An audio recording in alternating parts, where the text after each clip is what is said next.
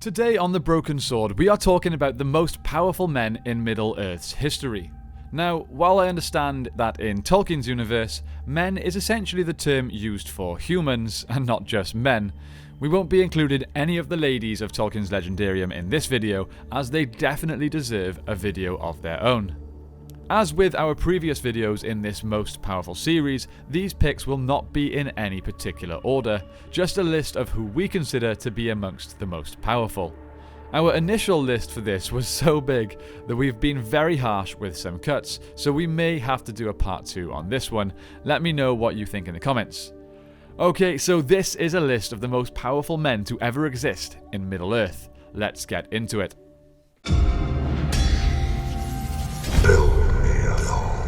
Worthy of Mordor.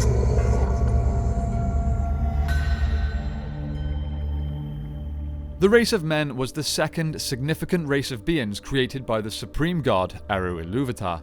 The biggest thing that separates them from Eru's first creation, being the elves, is what is referred to as the gift of men, which is basically mortality, meaning when their time comes, they die. They are also susceptible to illness and disease, which elves are not. But throughout their comparatively short lives, there have been many men that have performed great feats that have earned them a position on this list. As always, we are going to start with the most obvious, Aragorn.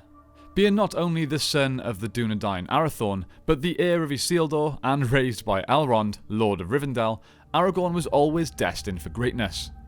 He grew up with many great and powerful elves, fought in many huge battles, including ones with Ecthelion, father of Denethor, and Thengel, father of Theoden.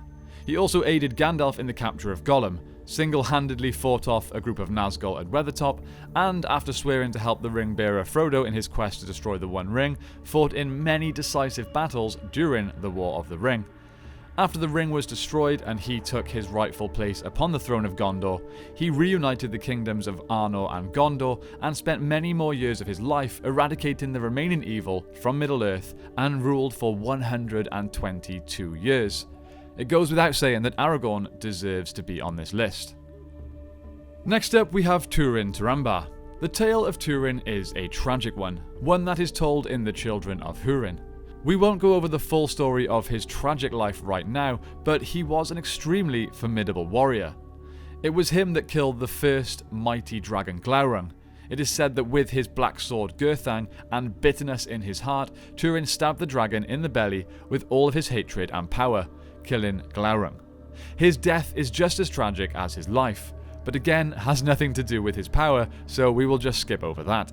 But interestingly, the second prophecy of Mandos, which is something that was actually removed from later editions of the Silmarillion by Christopher Tolkien, it stated that at the end of time, Morgoth would wage a final battle against the Valar, the Dagor-Dagorath, and that Turin Turambar, reincarnated, would plunge his sword Gurthang into the heart of Morgoth, defeating him and all of evil once and for all.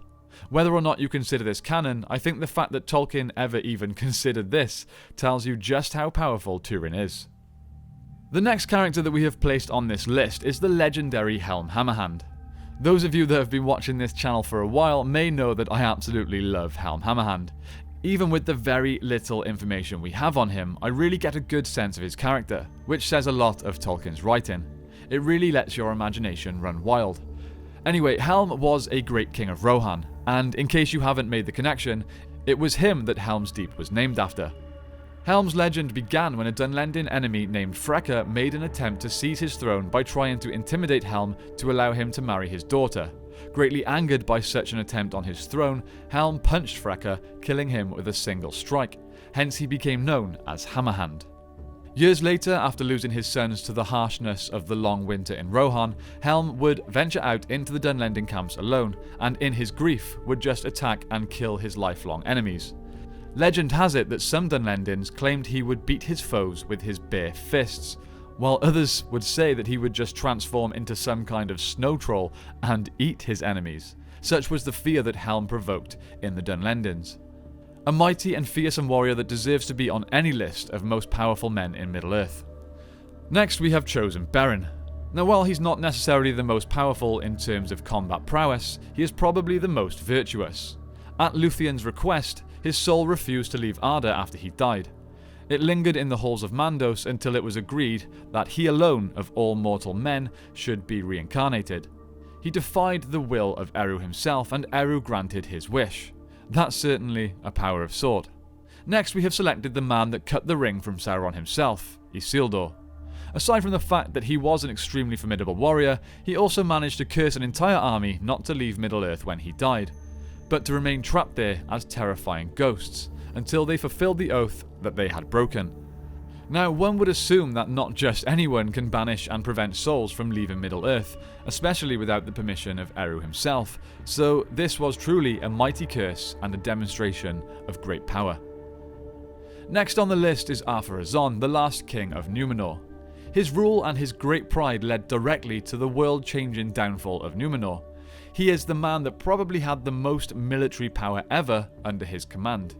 He used his military power to attack the Valar themselves, and rather than fight Ar-Pharazôn and his army, they called upon Eru to change the world. A formidable and powerful man for sure. Now we have Tuor, father of Eärendil, who, in spite of being a man, was chosen by the Valar Ulmo to be the last hope of the Noldor in the face of annihilation by the forces of Morgoth. That should tell you everything you need to know about his power. He moved to the city of Gondolin, where he rose high in the favour of the High King Turgon, and eventually married the elf maiden Idril, the king's daughter. After managing to escape the fall of Gondolin, he went with his family to the mouths of Sirion. After staying there long enough to see Eärendil to manhood, another character that could potentially be on this list if he wasn't half-elf. After a while he succumbed to old age and departed Middle-earth for the west with Idril. The tradition of the Noldor was that he became the only man to be accepted as one of the Elder Kindred and will share with them an immortal life in Valinor as long as Arda endures. Finally then, we have the previously mentioned Hurun, father of Turin. Now, according to the Silmarillion, he is actually the greatest warrior of men in the First Age, so he pretty much had to be included in this list. He was actually known to have a rather unimpressive stature, so much so that he was unable to wear the dragon helm of Forlomin as it was too large for his head. Despite this, his prowess in combat surpassed that of all of his peers.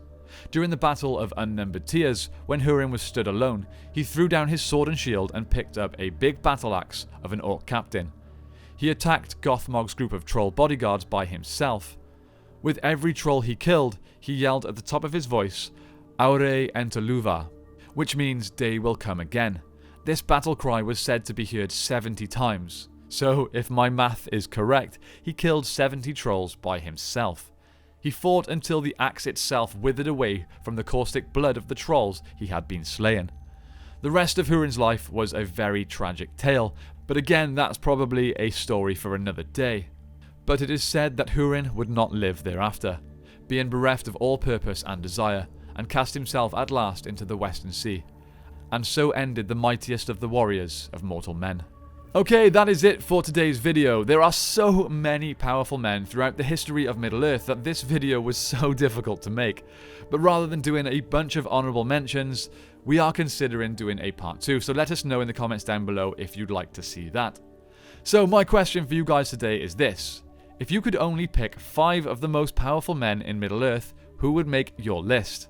This is, of course, a personal opinion, so I would love to see what you guys think. Okay, that's it from me today, my friends. Time has come, as always, to thank our patrons. Big shout out goes to the members of our 3 highest tiers: Kevin, Abram, Matt, Glorfindel of Gondolin, Nashith, Denver Steel, Gregory, John, Andrew and Pirate 747. You guys are supporting our short film and we could not be more grateful. Towards the end of October, we will hopefully be doing a live stream with the writer of our film, where you guys can ask as many questions as you like. We may also be dropping some of the first big hints about the title, the setting, and the story, so make sure you keep an eye out for that. It will be sometime around the 20th of October. We are finally getting somewhere with this project. Anyway, thank you all so much for watching today. I hope you have a fantastic day, and I will see you next time on The Broken Sword.